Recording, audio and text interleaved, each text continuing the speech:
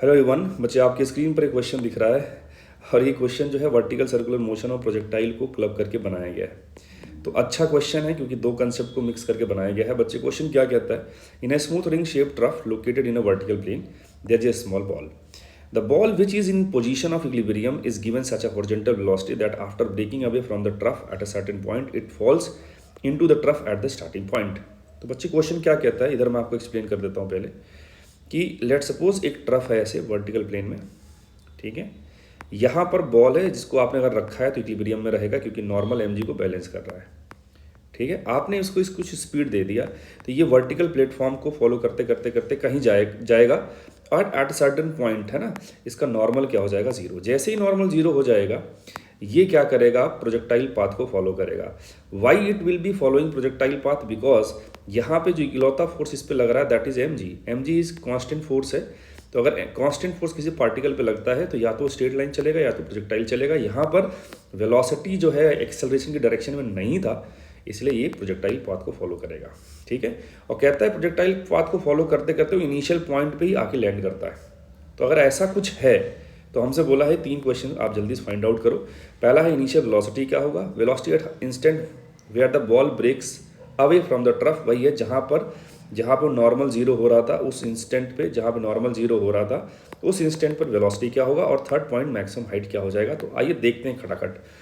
बच्चे मैं आपको एक रिक्वेस्ट करूंगा कि आप ये रिजल्ट याद रखेंगे। अगर मान लीजिए कि ये कंप्लीट वर्टिकल सर्कुलर मोशन हो रहा होता तो आपको एक चीज़ और रिकॉल करा दूं, वैसे उसका यहाँ पे यूज़ नहीं आएगा, कि अगर आप लोअर मोस्ट पॉइंट पर √5 GR अगर आप स्पीड दे देते हैं तो ये जस्ट क्या करता है, VCM कंप्लीट कर लेता है वर्टिकल सर्कुलर मोशन, ठीक है ना। तो आप समझ लो कि अगर ये वर्टिकल सर्कुलर मोशन पूरा कंप्लीट कर रहा होता तो ये ट्रेजेक्टरी हमने ये बना रखी है इसकी, ठीक है, कंप्लीट सर्कल।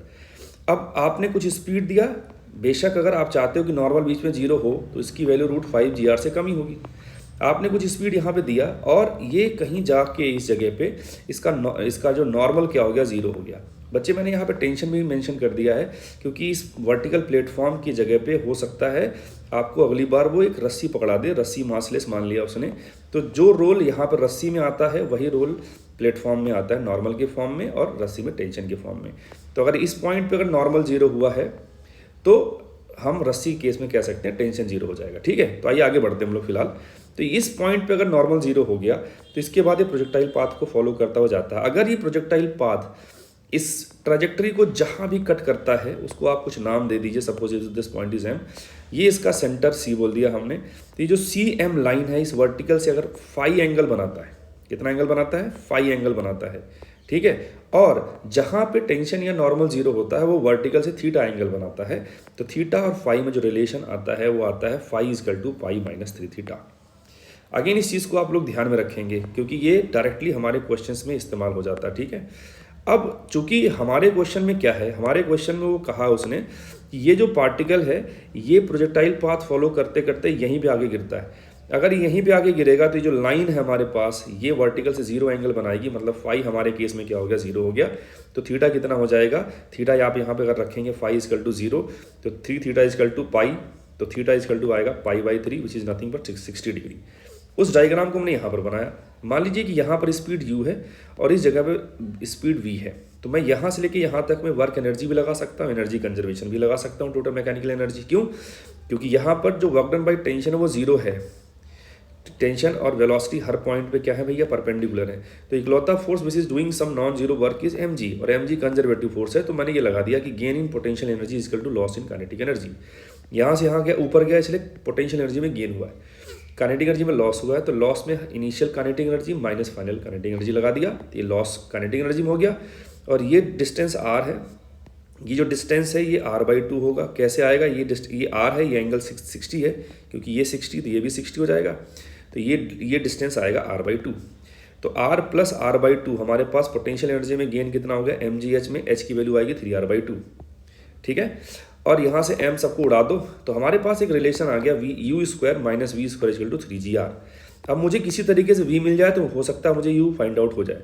तो v निकालने के लिए हमने क्या सोचा कि सर यहाँ पे जिस पॉइंट पे टेंशन या नॉर्मल जीरो हो रहा है, जरा हम वहाँ पे चर्चा कर लेते हैं। चूंकि ये सर्कुलर मोशन कर रहा है तो हमें कहीं ना कहीं जो है फोर्स एनालिसिस की ज़रूरत पड़ सकती है। तो हमने यहाँ बनाया, इसकी एफबीडी में यहाँ लग रहा है mg और यहाँ पे लग रहा है टेंशन, है ना। सॉरी, यहाँ पे नॉर्मल भी आएगा, नॉर्मल ही आएगा क्योंकि ये आपका प्लेटफॉर्म जो है ये रस्सी तो है नहीं कि यहाँ टेंशन आएगा, प्लेटफॉर्म है तो नॉर्मल आएगा। बट ठीक है, आप समझ जाना कि टेंशन की जगह पे नॉर्मल लिखना हमें, ठीक है। तो ये टेंशन रस्सी की तरफ और ये mg नीचे, mg का इधर कंपोनेंट आएगा mg cos थीटा, तो सेंट्रीपिटल फोर्स जो आ जाएगा वो आएगा t plus mg cos theta is equal to mv square by R. T की वैल्यू यहाँ पे जीरो करना है, नॉर्मल यहाँ पे जीरो करना है तो, और थीटा कितना रखना है 60 डिग्री रखना है। तो हमारे पास mg/2 आ गया mv square by R, m से m उड़ा दो तो v स्क्वायर आ गया rg/2, ठीक है। तो अगर v स्क्वायर हमारे पास आ गया और जो हमारे पास इक्वेशन नंबर 1 था, अगर मैं इसमें v स्क्वायर की वैल्यू जो है gr/2 रख दूं तो I will have u square as 7gr/2,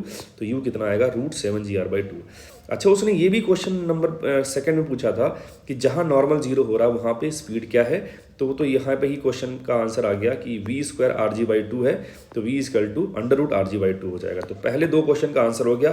third question बहुत आसान है क्योंकि अब आपसे सिर्फ मैक्सिमम हाइट पूछा है इस वाले पोजीशन से। तो देखना कैसे कि सर यहाँ पे इसके बाद तो प्रोजेक्टाइल करेगा, तो प्रोजेक्टाइल में ये वाला जो पॉइंट है वो मैक्सिमम हाइट है।